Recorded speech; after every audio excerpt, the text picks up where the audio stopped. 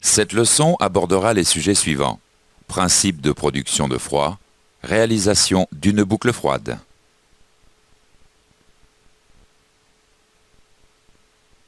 Le rôle de l'air conditionné dans un véhicule est d'assurer le confort des occupants.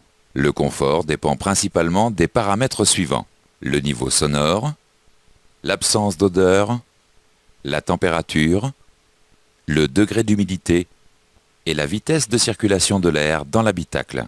Pour assurer le confort des passagers, Renault propose depuis 1976 l'air conditionné dans ses véhicules. Voyons d'abord le rôle de l'air conditionné dans un véhicule selon les différentes conditions climatiques. Cliquez sur le panneau de commande pour visualiser le rôle de l'air conditionné. Par temps froid, l'air conditionné abaisse le niveau d'humidité de l'air de l'habitacle et participe au désembuage des vitres. Par temps chaud, l'air conditionné refroidit l'air de l'habitacle. Dans tous les cas, les vitres doivent être fermées pour obtenir une efficacité maximale de l'air conditionné. Voyons maintenant les principes physiques utilisés pour produire du froid. La matière se présente sous 3 états: l'état solide, l'état liquide et l'état gazeux. Les changements d'état de la matière sont les premiers phénomènes exploités dans la production de froid. Le passage de l'état liquide à l'état gazeux s'appelle évaporation. Le retour de l'état gazeux à l'état liquide s'appelle condensation. Le premier phénomène physique utilisé pour la production de froid est la détente d'un fluide sous pression. Cliquez sur le pneu. Lorsque vous humectez l'embout de la valve, une couche de givre se crée sur la collerette lors de la détente de l'air de 2,5 bars à 1 bar. Cliquez maintenant sur la gâchette de l'extincteur. L'appui sur la gâchette libère le gaz carbonique maintenu sous pression. La pression passe brutalement de 50 bars à 1 bar. Cette rapide chute de pression crée la neige carbonique. Dans les deux cas, nous avons produit du froid. L'évaporation est le deuxième phénomène physique utilisé dans la boucle froide. La vitesse d'évaporation varie grandement selon le liquide utilisé. Si vous versez tour à tour de l'eau, de l'essence ou de l'éther sur votre main, l'éther s'évapore plus rapidement et procure la plus grande sensation de froid. L'évaporation d'un fluide absorbe donc la chaleur. Nous utiliserons un fluide fortement volatile. Réalisons maintenant une boucle froide. Exploitons le phénomène de détente au moyen d'un réservoir de fluide sous pression. Le réservoir est équipé d'un détendeur en sortie. La détente brutale d'un fluide sous pression produit du froid. Plus la détente est importante, plus la production de froid est grande. Au passage dans le détendeur, un mélange liquide-gaz très froid est produit. Ce mélange liquide-gaz passe ensuite par un évaporateur pour absorber la chaleur du milieu environnant. La production de froid est ainsi réalisée. Un gaz est produit en sortie d'évaporateur. Ce gaz doit être récupéré et remis en circulation pour compléter la boucle froide. En sortie de l'évaporateur, le gaz basse pression entre dans le compresseur. La pression et la température du gaz augmentent. Le gaz doit être refroidi et liquéfié avant de retourner dans le réservoir.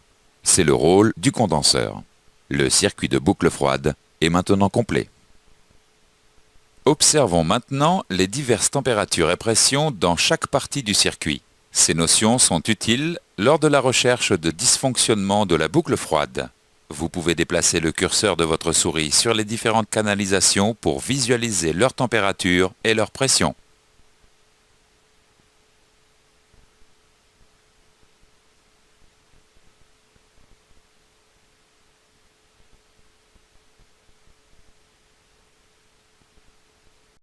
La boucle froide dans le véhicule est ainsi composée principalement des éléments suivants: un réservoir, un détendeur, un évaporateur, un compresseur et un condenseur.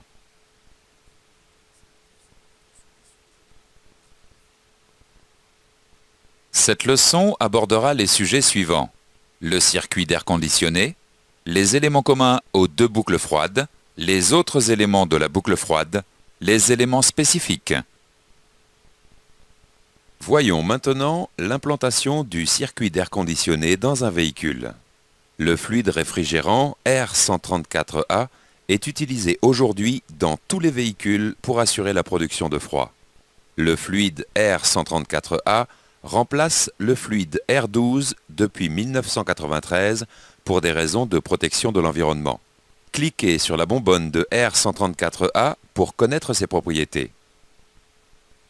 Le R134A est un hydrofluorocarbone inodore, incolore et ininflammable. Il ne faut jamais mélanger le R12 et le R134A. L'adaptation d'un véhicule du R12 au R134A n'est possible que si l'on adapte le circuit frigorigène. Il existe deux types de boucles froides pour réaliser la fonction air conditionné chez Renault. Quel que soit le type de boucle froide, la compression est assurée par le compresseur, la condensation se produit dans le condenseur, la détente est assurée par un détendeur thermostatique ou un orifice calibré, l'évaporation se produit dans l'évaporateur, et finalement, la filtration et la réserve de fluide sont assurées par la bouteille déshydratante ou l'accumulateur. Sur le premier type de boucle froide, un orifice calibré est situé entre les emplacements suivants: la sortie du condenseur et l'entrée de l'évaporateur. L'accumulateur est monté sur le circuit basse pression entre les emplacements suivants: la sortie de l'évaporateur et l'entrée du compresseur. Déplacez le curseur de votre souris sur les éléments pour les identifier.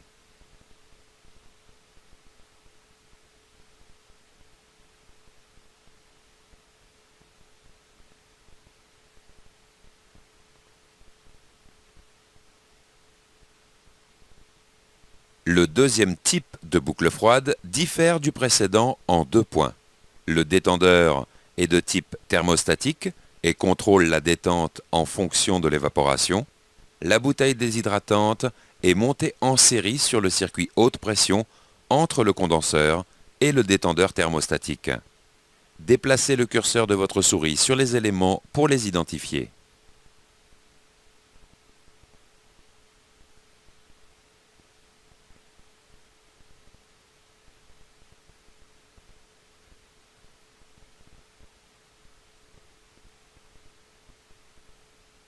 Voyons maintenant les différentes températures des canalisations entre les éléments. Le contrôle des températures des canalisations est utilisé pour faire un premier diagnostic du fonctionnement du circuit. Vous pouvez visualiser les différentes températures entre chaque élément en déplaçant le curseur de votre souris.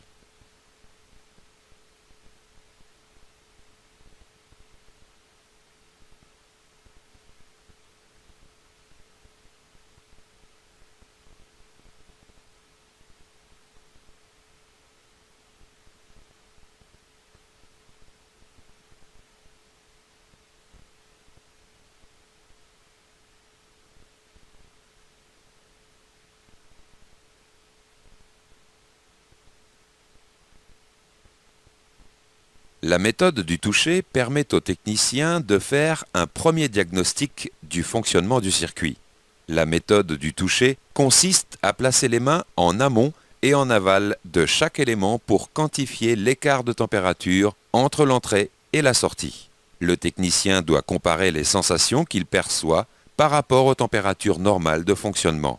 Le technicien vérifiera par exemple que la température en entrée du compresseur est froide et que la température en sortie est très chaude. Voyons maintenant le rôle et le fonctionnement des éléments communs aux deux boucles froides. Intéressons-nous d'abord au compresseur. Le compresseur est l'élément moteur du circuit. Le compresseur est entraîné par une courroie d'accessoires. Le compresseur aspire le gaz, puis le pulse vers le condenseur. Le compresseur élève la pression et assure la circulation du fluide dans le circuit. Le compresseur ne doit pas être entraîné constamment. Un embrayage électromagnétique monté sur la poulie du compresseur assure ainsi le cyclage. L'embrayage électromagnétique est composé principalement des éléments suivants: un plateau mobile, un électroaimant et un arbre. Cliquez sur le panneau de commande pour mettre en fonctionnement le compresseur de climatisation. L'appui sur le panneau de commande alimente électriquement l'électroaimant. L'électroaimant attire le plateau d'embrayage contre la poulie libre. La poulie libre devient solidaire de l'arbre du compresseur. Tous les éléments internes du compresseur sont alors entraînés. Il existe deux types de compresseurs, les compresseurs à cylindrée fixe et les compresseurs à cylindrée variable. Voyons d'abord le compresseur à cylindrée fixe. Le compresseur à cylindrée fixe comprime un volume constant de gaz à chaque rotation. La régulation de froid est obtenue en alternant l'enclenchement et l'arrêt de l'embrayage électromagnétique. Le compresseur à cylindrée fixe est composé principalement des éléments suivants: un arbre, une came, un plateau oscillant et des pistons. Vous pouvez déplacer le curseur de votre souris sur les éléments pour les identifier.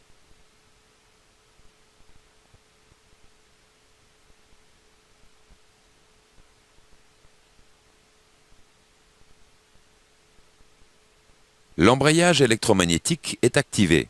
L'arbre du compresseur, entraîné en rotation, fait tourner la came. La came transmet son mouvement au plateau oscillant.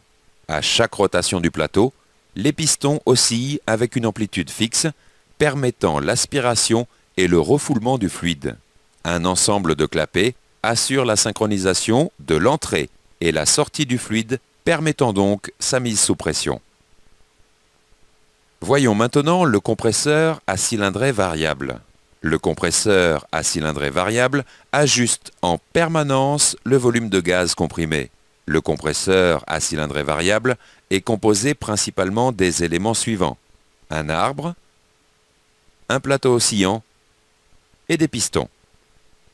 Vous pouvez déplacer le curseur de votre souris sur les éléments pour les identifier.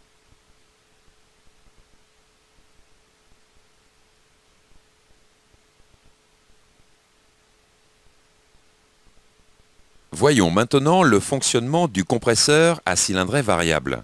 La modification de la cylindrée est obtenue par la variation de l'angle du plateau oscillant, ce qui augmente ou diminue la course des pistons. Lorsque la demande en froid est importante, le plateau oscillant a un angle maximum et le volume de gaz comprimé est maximal.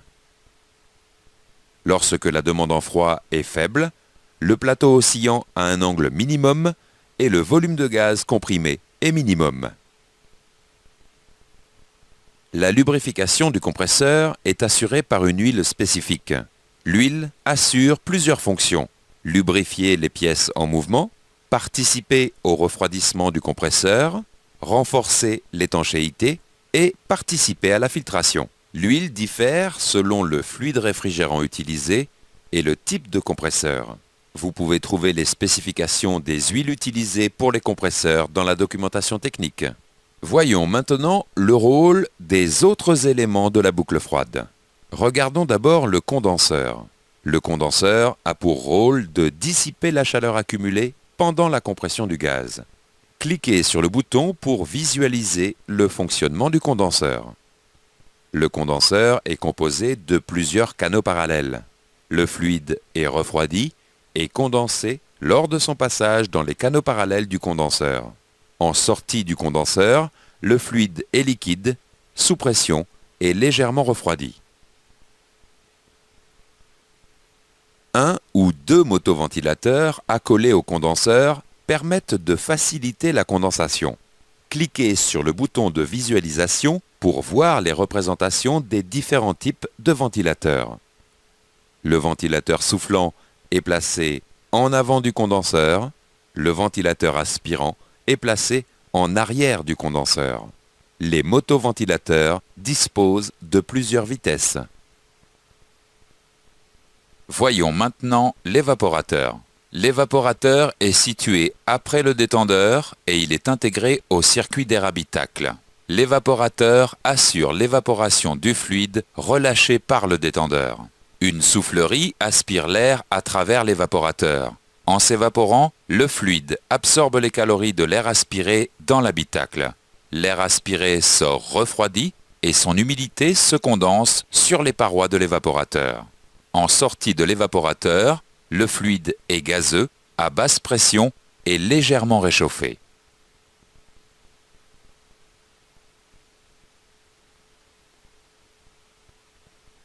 Étudions maintenant les éléments de sécurité de la boucle froide. Cliquez sur le premier élément clignotant pour en connaître le rôle.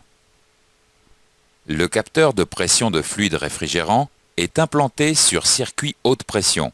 Le capteur de pression a pour rôle d'informer en permanence le calculateur. Cliquez sur le deuxième élément clignotant pour en connaître le rôle. La sonde évaporateur est située sur les ailettes au point le plus froid de l'évaporateur. La sonde évaporateur est présente sur tous les véhicules équipés de compresseurs à cylindrée fixe et certains véhicules équipés de compresseurs à cylindrée variable.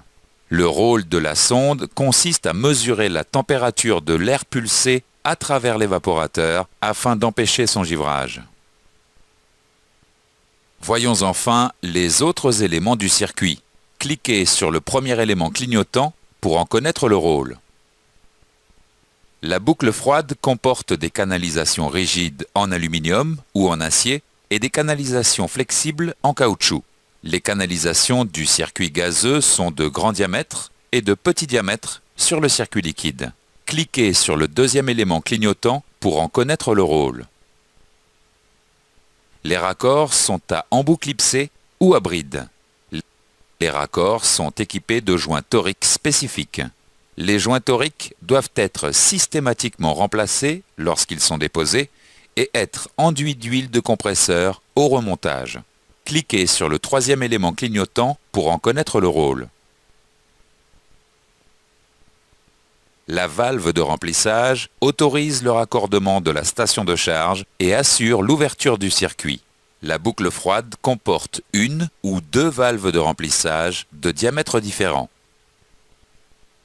Étudions maintenant les éléments spécifiques à chaque boucle froide. Voyons d'abord le premier type de boucle froide composé d'un orifice calibré et d'un accumulateur. Cliquez sur le détendeur. L'orifice calibré comporte un filtre d'entrée, un filtre de sortie et un tube calibré. Le fluide réfrigérant traverse le filtre d'entrée, se vaporise partiellement dans le tube calibré et ressort par le filtre de sortie. En sortie de l'orifice calibré, le fluide est gazeux, à basse pression et très froid. L'accumulateur est situé en amont du compresseur sur le circuit basse pression. Cliquez sur l'accumulateur. Le fluide en entrée de l'accumulateur est composé d'huile et d'un mélange liquide-gaz réfrigérant. Par gravité, les liquides se séparent du gaz. L'huile et le réfrigérant sont injectés dans le circuit par un conduit spécifique. L'accumulateur filtre aussi les impuretés, déshydrate le fluide et sert de réservoir tampon. Voyons maintenant le deuxième type de boucle froide composé d'un détendeur thermostatique et d'une bouteille déshydratante. Le détendeur thermostatique est traversé à la fois par le circuit d'entrée et le circuit de sortie de l'évaporateur.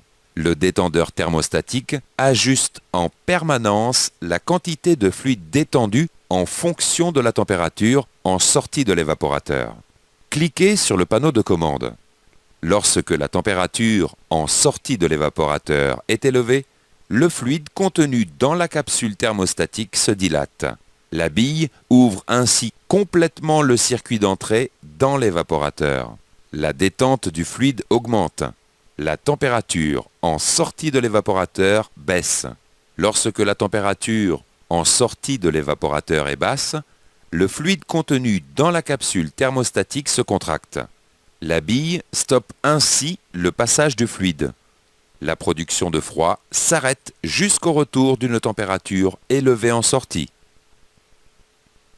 La bouteille déshydratante est placée entre le condenseur et le détendeur thermostatique. Cliquez sur le panneau de commande. Le fluide en entrée de la bouteille est composé d'huile et de liquide réfrigérant. Le fluide tombe par gravité dans la bouteille. Le mélange huile, réfrigérant est filtré, déshydraté, puis injecté dans le circuit. La bouteille déshydratante sert également de réservoir tampon. Cette leçon abordera les sujets suivants: vérification de l'efficacité d'un système de climatisation, rôle de la station de charge. Voyons maintenant comment vérifier l'efficacité d'un système d'air conditionné. La vérification s'effectue en contrôlant la température en sortie d'un aérateur. Voyons d'abord la distribution, la répartition et le recyclage de l'air dans le véhicule. La commande de distribution permet d'ouvrir et de fermer le volet gérant la température dans l'habitacle. La commande de répartition d'air permet d'ouvrir et fermer les volets fournissant de l'air aux passagers.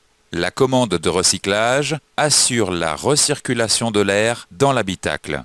Cliquez sur les différentes commandes pour en voir leur fonctionnement.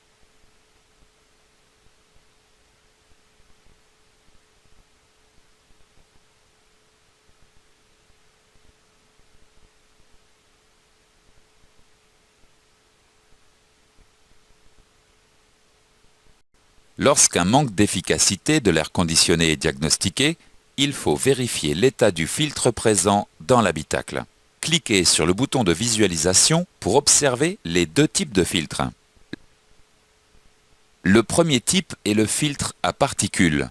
Ce filtre retient environ 90% de la poussière et du pollen introduits habituellement dans l'habitacle. Le filtre à particules est composé d'un support fibreux produisant un effet électrostatique agissant comme un aimant pour la poussière et le pollen. Le deuxième type filtre également les odeurs. Ce filtre à particules et à odeur contient du charbon actif qui absorbe les odeurs des gaz d'échappement et des résidus de combustion. Le colmatage du filtre entraîne une baisse d'efficacité du circuit d'air conditionné. Une fuite sur la boucle froide peut également affecter l'efficacité du circuit d'air conditionné. Les fuites sont détectées au moyen de deux détecteurs.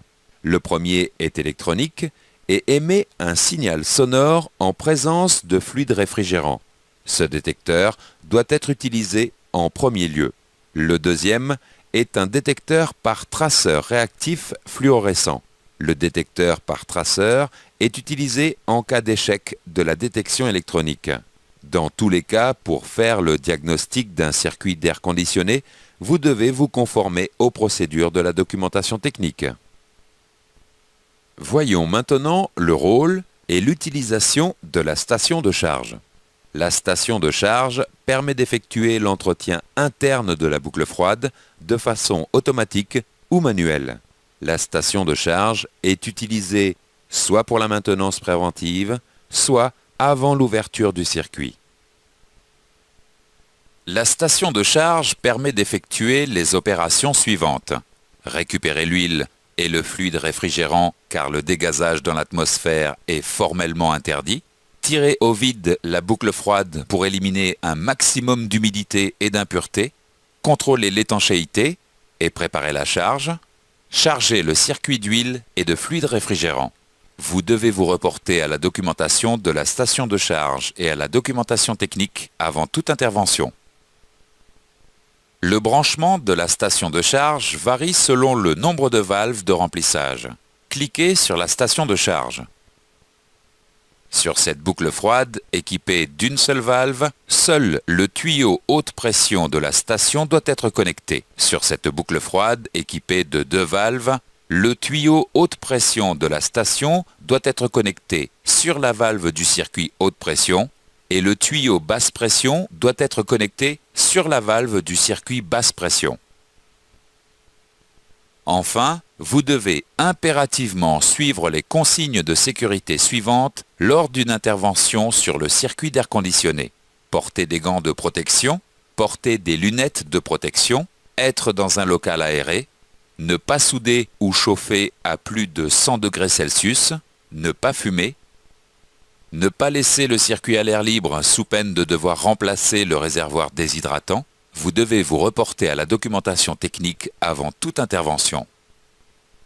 Faisons maintenant quelques exercices avant de continuer. Classez dans l'ordre les opérations à effectuer après une récupération.